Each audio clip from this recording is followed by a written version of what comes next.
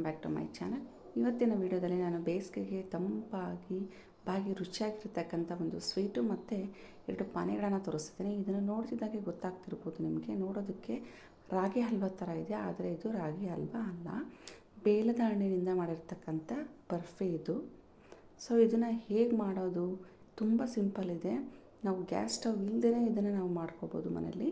So ಇದಕ್ಕೆ ಏನೇನು ಬೇಕು, ಹೇಗೆಲ್ಲ ಮಾಡ್ಬೋದು ಅನ್ನೋದನ್ನ ನೋಡ್ಕೊಂಡು ಬರೋಣ. ಅದಕ್ಕೂ ಮೊದಲು ಯಾರೆಲ್ಲ ನನ್ನ ಚಾನಲ್ನ ಸಬ್ಸ್ಕ್ರೈಬ್ ಮಾಡಿದೆ ನೋಡ್ತಾ ಇದ್ದೀರಲ್ಲ, ಪ್ಲೀಸ್ ಸಬ್ಸ್ಕ್ರೈಬ್ ಮಾಡಿ, ಹಾಗೆ ಪಕ್ಕದಲ್ಲಿರೋ ಬೆಲ್ಲೈಕನ್ನ ಪ್ರೆಸ್ ಮಾಡಿ. ಇವಾಗ ನಾನು ಇಲ್ಲಿ ಬೇಲದ ಹಣ್ಣು ತೊಗೊಂಡಿದ್ದೀನಿ. ಇದರದ್ದು ಬೆನಿಫಿಟ್ ಏನು, ಯೂಸಸ್ ಏನು ಅಂತ ನಾನು ಇದರ ಜ್ಯೂಸ್ ಮಾಡುವಾಗ ಆ ವಿಡಿಯೋದಲ್ಲಿ ಹೇಳಿದ್ದೀನಿ. ಸೊ ಇದು ವುಡ್ ಆ್ಯಪಲ್ ಅಂತಲೇ ಕರೀತಾರೆ ನೋಡಿ. ಹೊರಗಡೆ ತುಂಬ ಗಟ್ಟಿ ಇರುತ್ತೆ ಈ ಥರ. ಒಳಗಡೆ ಹಣ್ಣನ್ನು ತಿರುಳನ್ನು ತೊಗೊಳ್ತಾ ಇದ್ದೀನಿ ನಾನು. ಇಲ್ಲಿ 3 ಕ್ಯೂಬ್ಸ್ ಬೆಲ್ಲ ತೊಗೊಂಡಿದ್ದೀನಿ, ಅದೇ ರೀತಿಯಾಗಿ 3 ಬೇಲದ ಹಣ್ಣನ್ನು ತೊಗೊಂಡಿದ್ದೀನಿ. ಇದು ಮೀಡಿಯಮ್ ಸೈಜ್ ಹಣ್ಣು. ಇದನ್ನು ಮೇಲಿನ ಸಿಪ್ಪೆ ತೆಗೆದುಬಿಟ್ಟು ಒಳಗಿನ ತಿರುಳು ಬರುತ್ತಲ್ಲ, ಇದನ್ನು ಮಾತ್ರ ತೊಗೋಬೇಕು. ಈ ತಿರುಳಿಗೆ ಸಮ ಪ್ರಮಾಣದಲ್ಲಿ ಬೆಲ್ಲವನ್ನು ಹಾಕ್ಕೊಳ್ತಾ ಇದ್ದೀನಿ, ಮತ್ತು ಒಂದು ಏಲಕ್ಕಿ ಹಾಕ್ಕೊಂಡು ಸ್ವಲ್ಪ ನೋಡಿ, ಏಲಕ್ಕಿ ನಾನು ಫುಲ್ ಹಾಕ್ಕೊಂಡಿದ್ದೀನಿ, ಮತ್ತು ಸ್ವಲ್ಪ ಜೀರಿಗೆ ತೊಗೊಂಡಿದ್ದೀನಿ. ಜೀರಿಗೆ, ಒಂದು ಏಲಕ್ಕಿ, ಬೇಲದ ಹಣ್ಣು ಮತ್ತು ಬೆಲ್ಲನ ಸ್ವಲ್ಪ ಜಜ್ಜಿಬಿಟ್ಟು ಮಿಕ್ಸಿ ಒಳಗೆ ಹಾಕ್ಕೊಂಡು ಚೆನ್ನಾಗಿ ರುಬ್ಕೊಂಡ್ರೆ ಈ ರೀತಿಯಾಗಿ ಪೇಸ್ಟ್ ಬರುತ್ತೆ ನೋಡಿ. ನೀರನ್ನು ನೀವು ಜಾಸ್ತಿ ಹಾಕ್ಕೊಳಕ್ಕೆ ಹೋಗ್ಬಿಡಿ, ಮೀಡಿಯಮಾಗಿ ಹಾಕ್ಕೋಬೇಕು. ಜ್ಯೂಸ್ ಆದರೆ ಜಾಸ್ತಿ ಹಾಕ್ಕೋಬೇಕು. ಆ ಪೇಸ್ಟನ್ನು ಒಂದು ತಟ್ಟೆಗೆ ನೀವು ಎಲ್ಲ ಟ್ರಾನ್ಸ್ಫರ್ ಮಾಡ್ಕೊಳ್ಳಿ. ನೋಡಿ ಎಷ್ಟು ಚೆನ್ನಾಗಿ ಕಾಣಿಸ್ತಿದೆ, ನೋಡೋದಕ್ಕೆ ರಾಗಿ ಹಲ್ವಾ ಥರ ಕಾಣಿಸ್ತಿದೆ ಅಲ್ವಾ. ಸೊ ಇದು ಹೆಲ್ತಿಗೂ ತುಂಬ ಒಳ್ಳೆಯದು, ಮಕ್ಕಳು ತುಂಬ ಇಷ್ಟಪಟ್ಟು ತಿಂತಾರೆ, ಬರ್ಫಿ ಥರ ಅಂತ ಹೇಳಿ. ಇದನ್ನು ನಾವು 1 ಅವರು ಹಾಗೆ ಬಿಡಬೇಕು. ಬೇಡ, ಮಿನಿಮಮ್ 30 ಮಿನಿಟ್ಸ್ ಆದ್ರೂ ನಾವು ಹಾಗೆ ತಟ್ಟೆಯಲ್ಲಿ ಬಿಟ್ಟಾಗ ನೋಡಿ ಈ ರೀತಿಯಾಗಿ ಗಟ್ಟಿಯಾಗುತ್ತೆ. ಆಮೇಲೆ ನೋಡಿ ಚಾಕು ಕೂಡ ಅದು ಅಂಟ್ಕೊಂಡಿಲ್ಲ, ಆ ರೀತಿಯಾಗಿ ಗಟ್ಟಿಯಾಗುತ್ತೆ. ಆಮೇಲೆ ನಮಗೆ ಎಷ್ಟು ಪೀಸ್ ಬೇಕೋ ಅದಕ್ಕೆ ಕಟ್ ಮಾಡಿಕೊಂಡ್ರೆ ಬರ್ಫಿ ರೆಡಿ ಆಗುತ್ತೆ. ಯಾವುದೇ ಗ್ಯಾಸ್ ಸ್ಟವ್ ಬೇಡ, ಆಮೇಲೆ ಇನ್ಸ್ಟಂಟ್ ಕೂಡ ಹೌದು. ಇದನ್ನು ಸ್ವಲ್ಪ ಬಿಡಬೇಕು ಅಷ್ಟೇ. ಈ ರೀತಿಯಾಗಿ ನಾವು ಬೇಲದ ಹಣ್ಣಿನಿಂದ ಜ್ಯೂಸ್ ಜೊತೆಗೆ ಬರ್ಫಿನೂ ಕೂಡ ಮಕ್ಕಳಿಗೆ ಮಾಡಿಕೊಡ್ಬೋದು. ಅದೇ ರೀತಿಯಾಗಿ ಇದ್ರ ಜೊತೆಗೆ ಬೇಸಿಗೆಗೆ ಮತ್ತೆ ಇನ್ನು 2 ಪಾನೀಯಗಳು, ಜ್ಯೂಸ್ ಹೆಲ್ತಿಗೆ ತುಂಬ ಒಳ್ಳೆಯದು. ಇದು ಬೇಸಿಗೆಯಲ್ಲಿ ಯಾಕೆ ಒಳ್ಳೆಯದು ಅಂದರೆ ತಂಪನ್ನು ಕೊಡುವಂಥ ಪ್ರವೃತ್ತಿ ಹೊಂದಿರತಕ್ಕಂಥ ಜ್ಯೂಸ್ಗಳು 2. ಸೊ ಇಲ್ಲಿ ನಾನು ಕಲ್ಲಂಗಡಿ ಜ್ಯೂಸ್ ಇದರ ಜೊತೆಗೆ ನಾನು ಇದಕ್ಕೆ ಏನನ್ನು ಆ್ಯಡ್ ಮಾಡಿದರೆ ಶೀತ ಆಗಲ್ಲ ಮಕ್ಕಳು ಕುಡಿದ್ರೂ ಅಂತ ಹೇಳಿ ತೋರಿಸ್ತಾ ಇದ್ದೀನಿ. ಸೊ ಈ ವಾಟರ್ ಮೆಲನ್ ಜ್ಯೂಸ್ ಜೊತೆಗೆ ನೋಡಿ ಸ್ವಲ್ಪ ಪೆಪ್ಪರ್ ಪೌಡರು ಮತ್ತು ಸಾಲ್ಟ್ ಹಾಕ್ಕೊಳ್ತಾ ಇದ್ದೀನಿ. ಸೊ ಇದನ್ನು ಹೇಗೆ ಮಾಡೋದು ಅಂತ ತೋರಿಸ್ತಾ ಇದ್ದೀನಿ. ಹಾಗೆಯೇ ಗ್ರೀನಿಶ್ ಆಗಿ ಕಲರ್ಫುಲ್ಲಾಗಿ ಕಾಣ್ತಕ್ಕಂಥ ಪುದೀನ ಜ್ಯೂಸ್ ಕೂಡ ಮಾಡಿ ತೋರಿಸ್ತಾ ಇದ್ದೀನಿ. ಪುದೀನ ಹೆಲ್ತಿಗೆ ಎಷ್ಟು ಒಳ್ಳೆಯದು, ತುಂಬ ಔಷಧಿ ಗುಣಗಳ ಆಗರನೇ ಇದೆ ಪುದೀನದಲ್ಲಿ ಅಂತ ಹೇಳ್ಬೋದು. ಸೊ ಇದರಿಂದನೂ ಕೂಡ ಜ್ಯೂಸ್ ಮಾಡ್ತಾಯಿದ್ದೀನಿ. ಸ್ವಲ್ಪ ಹುಣಸೆಹಣ್ಣು ತೊಗೊಂಡಿದ್ದೀನಿ, ಆಮೇಲೆ ಬೆಲ್ಲ ಮತ್ತು ಪುದೀನ ಸೊಪ್ಪು. ಹುಣಸೆಹಣ್ಣಿನ ಬದಲು ನೀವು ನಿಂಬೆಹಣ್ಣು ಕೂಡ ಹಾಕ್ಕೋಬೋದು. ಪುದೀನನ ನಾನು ಮೊದಲೇ ಸೋಸೆ ತೊಳೆದಿಟ್ಕೊಂಡಿದ್ದೆ. ಸೊ ಇದನ್ನು ನಾನು ಮಿಕ್ಸಿ ಜಾರಿಗೆ ಹಾಕ್ಕೊಳ್ತಾ ಇದ್ದೀನಿ. ಇದಕ್ಕೆ ನಾನು ಏನು ಸ್ವಲ್ಪ ಹುಣಸೆಹಣ್ಣು ತೊಗೊಂಡಿದ್ದೀನಿ, ಅದನ್ನು ಕೂಡ ಈ ಟೈಮಲ್ಲೇ ಹಾಕ್ಕೊಳ್ತಾ ಇದ್ದೀನಿ. ಆ ಬೆಲ್ಲನ ನೀವು ಜಾಸ್ತಿ ಸ್ವೀಟ್ ಬೇಕು ಅಂದರೆ ಸ್ವಲ್ಪ ಜಾಸ್ತಿ ಹಾಕ್ಕೊಳ್ಳಿ. ಶುಗರ್ ನೀರು ಬಳಸೋದಾದರೆ ಸ್ವಲ್ಪ ಪ್ರಮಾಣ ಹಾಕ್ಕೊಂಡ್ರೂ ಸಾಕು.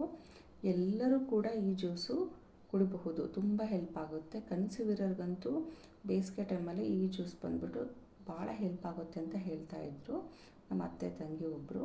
ಸೊ ಅವರು ಒಂದು ಸರಿ ನೋಡೋದಕ್ಕೆ ಬಂದಾಗ ನನಗೆ ಕನ್ಸೀವ್ ಇದ್ದಾಗ ಮಾಡಿಕೊಟ್ಟಿದ್ರು. ತುಂಬ ಶೆಕೆ ಆಗುತ್ತೆ ಅಂದಾಗ ಇದು ಬೆಸ್ಟು, ಆವಾಗವಾಗ ಮಾಡ್ಕೊಂಡು ಕುಡಿ ಅಂತಲೇ ಹೇಳಿದರು. ಸೊ ಇದು ಪ್ರೆಗ್ನೆಂಟ್ ಇರೋರಿಗೂ ತುಂಬ ಹೆಲ್ಪ್ ಆಗುತ್ತೆ, ಚಿಕ್ಕ ಮಕ್ಕಳು, ವಯಸ್ಸಾಗಿರೋರು ಎಲ್ಲರಿಗೂ ಕೂಡ ಹೆಲ್ಪ್ ಆಗುತ್ತೆ. ನೆಕ್ಸ್ಟ್ ಇದನ್ನು ನಾವು ಫಿಲ್ಟ್ರ್ ಮಾಡಿಕೊಂಡು ಒಂದು ಗ್ಲಾಸಲ್ಲಿ ಹಾಕ್ಕೊಂಡು ಮಕ್ಕಳಿಗೆ ಕೊಟ್ಟರೆ ಸುಮ್ಮನೆ ಇಷ್ಟಪಟ್ಟು ಕಲರ್ಫುಲ್ ಆಗಿದೆ ಅಂತ ಕುಡಿತಾರೆ. ಇದನ್ನು ಫಿಲ್ಟ್ರ್ ಮಾಡದೇ ಇದ್ರೂ ನಡೆಯುತ್ತೆ ದೊಡ್ಡವರು ಕುಡಿಯುವಾಗ, ಆದರೆ ಚಿಕ್ಕ ಮಕ್ಕಳು ಇಷ್ಟಪಡೋಲ್ಲ, ಹಾಗಾಗಿ ಫಿಲ್ಟ್ರ್ ಮಾಡಿದೆ ಅಷ್ಟೇ ನಾನು. ಸೊ ಇದಾದ ನಂತರ ವಾಟರ್ ಮೆಲನ್ ಜ್ಯೂಸನ್ನ ಹೇಗೆ ಮಾಡೋದು ನೋಡಿ. ಇಲ್ಲಿ ಬೀಜಗಳನ್ನ ನಾನು ತೆಗೆದಿಲ್ಲ, ಏನಕ್ಕೆ ತೆಗೆದಿಲ್ಲ ಅಂತ ನಾನು ಲಾಸ್ಟಿಗೆ ಹೇಳ್ತೀನಿ. ಕೆಲವರು ಬೀಜನ ತಿನ್ನಬೇಕು ಅಂತ ಹೇಳ್ತಾರಲ್ವ, ಸೊ ಹಾಗಾಗಿ ನಾನು ಅದರ ಅಂಶಗಳು ಕೂಡ ಆ ಜ್ಯೂಸಲ್ಲಿ ಇರಲಿ ಅಂತ ಹೇಳಿ ಬೀಜನ ತೆಗಿತಾ ಇಲ್ಲ.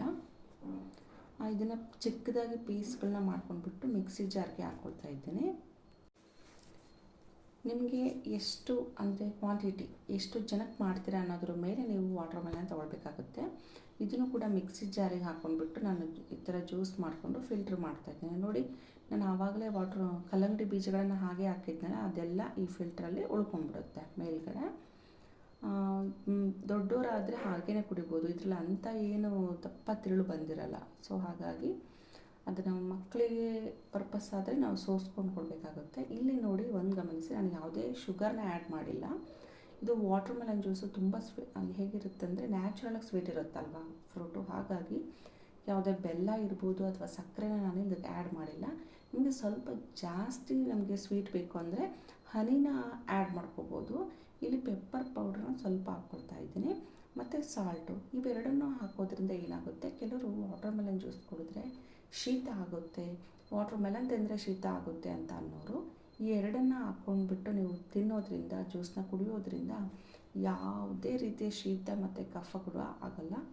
ಸೊ ಬೇಸಿಗೆಗೆ ಹೆಲ್ಪ್ ಆಗುವಂಥ 2 ಜ್ಯೂಸ್ಗಳು ಮತ್ತು ಒಂದು ಬರ್ಫಿನ ತೋರಿಸಿದ್ದೆ ನಾನು. ಸೊ ನಿಮಗೂ ಕೂಡ ಈ 3 ರೆಸಿಪಿಗಳು ಇಷ್ಟ ಆಗಿದೆ ಅಂತ ಭಾವಿಸ್ತೀನಿ.